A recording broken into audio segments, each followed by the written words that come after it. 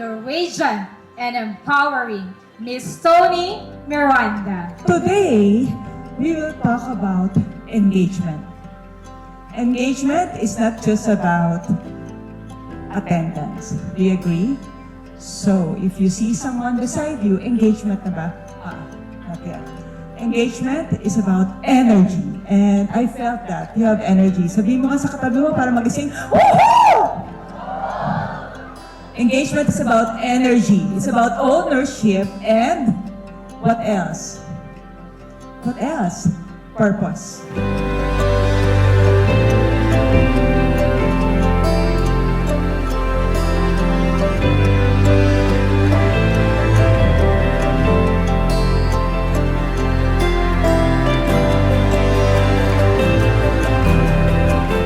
Engagement is never an organizational issue. Engagement is never a team issue. Engagement is what? Brain issue. Ay, shucks, upa. Utak siya, ha? Brain issue. So, how many of you are still not maximizing the power of your brain? Study shows, this is according to 2023 report, and I have yet to get the 2024, and I'm not sure kung meron ng 2025. Worldwide, only how many percent ang engaged? 23. Mababa yan, di ba?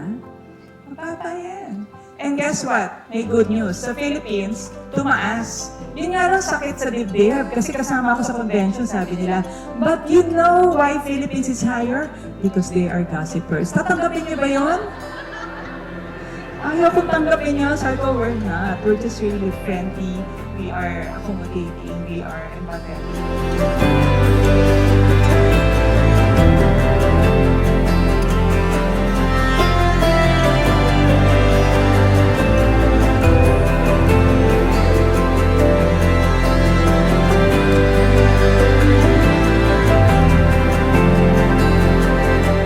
Okay, so everything is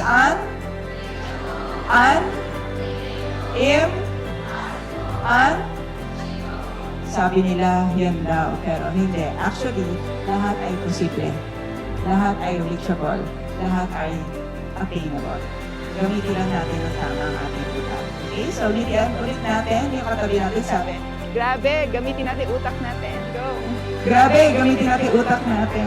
True leadership illuminates the path for others, creating a legacy of, basahin nyo, empowerment, engagement, and purpose that transforms individuals into radiant multipliers. And I hope you remember that does not dim our light, let your light shine before others, so they see your good deeds and glorify your Father in heaven. So thank you so much. I'm so proud to be back here.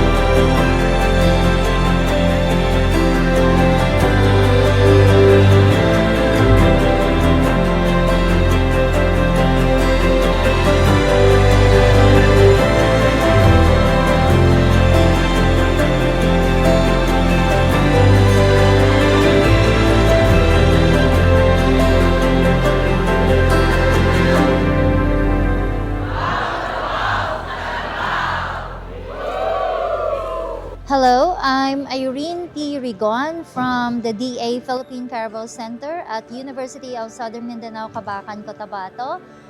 What I love about Miss Tony's training is the message that resonated with me is about kung may problema ka, lumangoy ka lang, huwag mong banggain, and that we have the power to rewire our brain.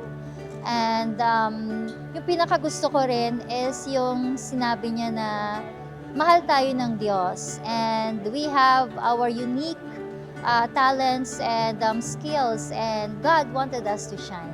Thank you. Hello everyone, I'm Marvin Villanueva from the Philippine Carabao Center National Headquarters. Sobrang nakarelate ako dun sa, sa talk ni Miss Tony. Kasi personally, I really had an experience na handling with several teams. And dahil din sa trial and error yung ginawa ko, sana nga naka-attend ako ng ganitong training sooner para mas na iayos ko. But then I know it happens for a reason. So I really appreciate yung understanding oneself, especially yung mga kasamahan mo sa office, kasi yung kasing nakikita mo na behavior nila is just superficial, and meron talaga silang pinagdadaanan na mas malalim pa dun sa nakikita mo on the surface. So as a leader na magli-lead dun sa team, you really need to understand ano yung mga pinagdadaanan ng bawat miyembro ng team mo, and then understand those complexities. And yun nga, do not wag mong pairalin yung emotion. Instead, be logical and sundin lang kung ano yung mga binanggit ni Miss Tony dun sa training, so that as a team, you will be able to accomplish yung mga targets, deliverables ng inyong section. At the same time, you are maintaining the good relationship, harmonious relationship among your peers. So yun lang, maraming salamat. Hello, I'm Talia Mio Santiago from Philippine Carabao Center. And what I love about Miss Tony's training is yung in-emphasize nga po yung O sa Are You Okay, which is yung optimizing connections. So, in-emphasize niya na we are not made to be alone po, but instead to form relationship with other people po, especially given na workplace setting yung meron kami. Mahalaga po na yung teamwork and yung communication with my fellow teammates po ay andon, and if I am needing help, kailangan din ay mag-asa ko sa mga kasama ko po para mas ma-ensure namin na productive and successful yung mga ginagawa namin outputs po. And also, yung sinasabi po ni Ma'am Tony na dapat hindi natin hayaan na yung emotions natin yung mag-control sa atin, pero instead dapat tayo yung mag-handle nun para maging smooth and productive yung mga araw-araw po natin ginagawa. Thank you. Hello, I'm Fe Emelda Academia from Philippine Carabao Center.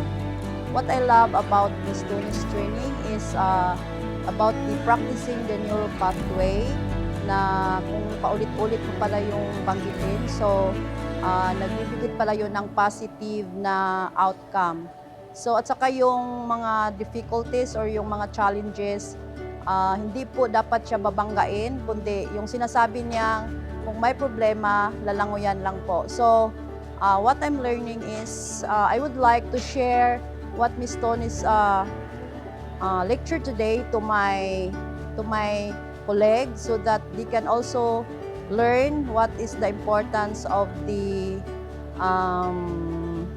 engagement, excellence in action. Yun lang po. Salamat. Hello, I'm Romel Herrera from Philippine Carabao Center, UPLB.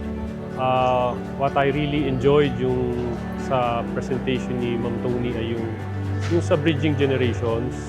So, to combine yung strengths nung, let's say, boomers, Gen X, Z, tsaka nung millennials. Maganda ang kalalabasan kasi iba-iba yung strengths nila. In a way, magpo-complement. So, more or less, madaling yung different experiences, tech know-how, etc. Mas mapapaganda yung targets o yung attainment ng targets. Thank you. Hello, good afternoon po. I'm Larnie Palongo from the Philippine Carabao Center at UPLB. So what I really love the most about Miss Tony's talk is the one that she discussed, yung pagiging reactive, di ba? So yung left brain natin, yung right brain, ganyan. So very important sa akin na, lalo na nasa journey ako ng pagle-lessen ng pagiging reactive ko, na makakatulong sa aking buong aspeto ng life ko, sa family, lalo na sa work. So yung yung sinabi niya na pause, reflect. Yan, yung apat na yun, talagang favorite ko yun na So, yung refocus yan. Hello, I'm Joffrey Rivera Atok of the Philippine Carabao Center at the University of Southern Mindanao. Napakaganda po at napakabigat na mensahe ni Miss Tony dahil ito po ay base sa kanyang karanasan.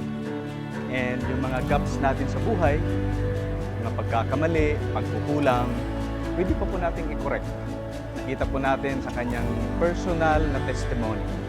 And yung gap dito, na pag tayo'y tumawag at humingi ng tawad sa Diyos sa ating mga pagkakamali, na i-correct po natin at